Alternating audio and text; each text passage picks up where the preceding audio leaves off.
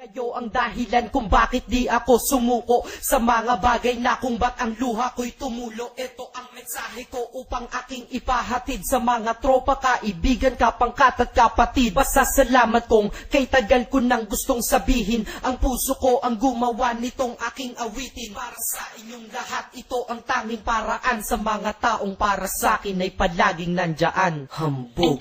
Kayo ang dahilan kung bakit di ako sumuko sa mga bagay na kung ba't ang luha ko'y tumulo. Ito ang mensahe ko upang aking ipahatid sa mga tropa, kaibigan, kapangkat at kapatid. Pasasalamat kong kay tagal ko nang gustong sabihin. Ang puso ko ang gumawa nitong aking awitin. Para sa inyong lahat, ito ang tanging paraan sa mga taong para sa akin ay palaging nandyan. Upang ako'y mabigyan ng kalakasan ng loob at manatili na nakatayo at di patataob na kahit na anumang pagsubok na nagdadatingan. Di ako takot pagkat alam kong may malalapitan. Pag ako ay mayroong problema na dinadala, akala ko ako'y nag-iisa, ngunit hindi pala. Alam nyo ba kung bakit?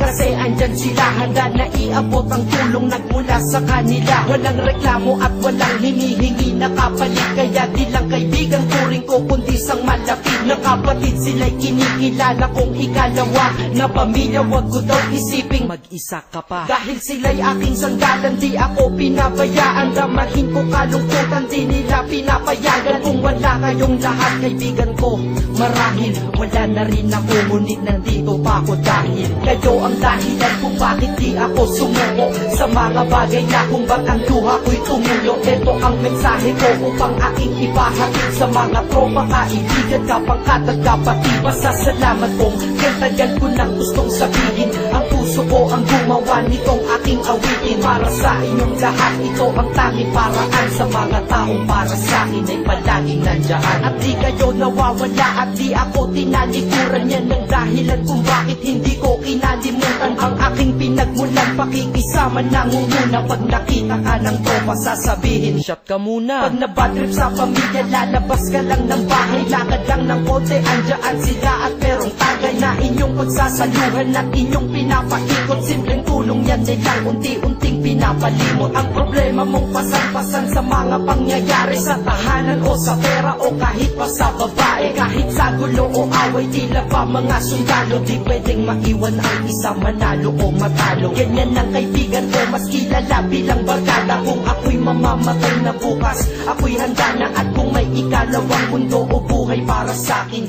sana magiging tropa ko kayo pa rin. Kayo ang dahilan kung bakit di ako sumuko sa mga bagay na kung ba't ang luha ko'y tumulo. Ito ang mensahe ko upang aking ipahatid sa mga tropa, kaibigan, kapangkat at kapatid. Pasasalamat kong kay tagal ko nang gustong sabihin. Ang puso ko ang gumawa nitong aking awitin. Para sa inyong lahat, ito ang tanging paraan sa mga taong para sa akin ay palaging nandyan. Kaya ako'y kontento na dahil kayo'y naging parte ng buhay ko. Sa kabutihan nyo, paano ko gagante? Magtatawagan ng mga tropa, kita-kita lang sa kanto. Pagkatapos didiskarte ng pitselyosi at baso. Papaikot ang sombrero para mag-ambag ang tropa. Kahit 20 pwede na, basta lamang makatoma.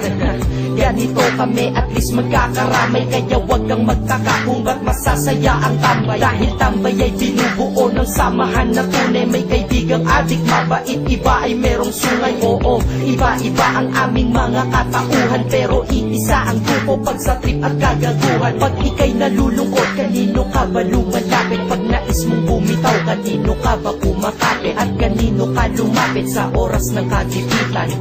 San pa ba? Diba sa kaibigan? Kayo ang dahilan kung bakit di ako sumuko sa mga bagay na kung ba't ang luha ko'y tumulo. Ito ang mensahe ko upang aking ipahatid sa mga tropa, kaibigan, kapangkat at kapatid. Pasasalamat kong kay tagal ko nang gustong sabihin. Ang puso ko ang gumawa nitong aking awitin. Para sa inyong lahat, ito ang tanging paraan sa mga taong para sa akin ay palaging nandyan. Salamat. Acero Records, Sad Productions, hambog ng Sad Pro Crew.